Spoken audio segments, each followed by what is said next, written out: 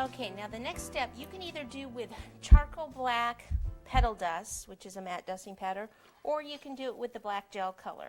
So whichever you have. I'm going to do the black gel color. Let's see if it's still soft enough.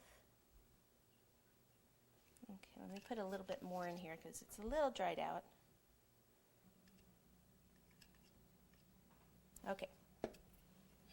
So first thing I want to do on this one is I'm going to show you a different way of doing the heel.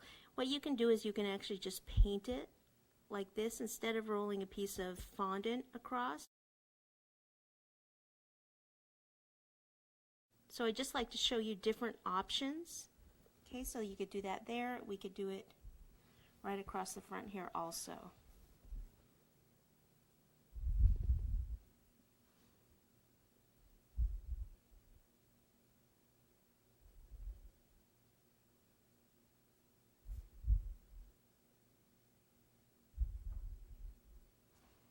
Okay, all right, so the next thing we want to do is take some of the black and just on some of these little cobblestones, you want to just paint kind of around, not the whole circle, just in different directions.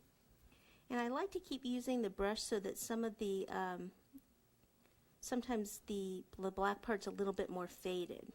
And if you want to even thin it out a little more, you can dip the brush in just a tiny bit of water and then come back. That one's going to be a thicker one, but eventually it'll get even a little bit lighter.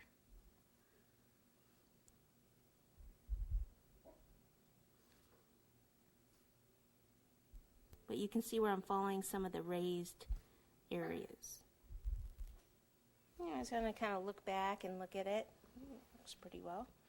And then I'll go on to this one.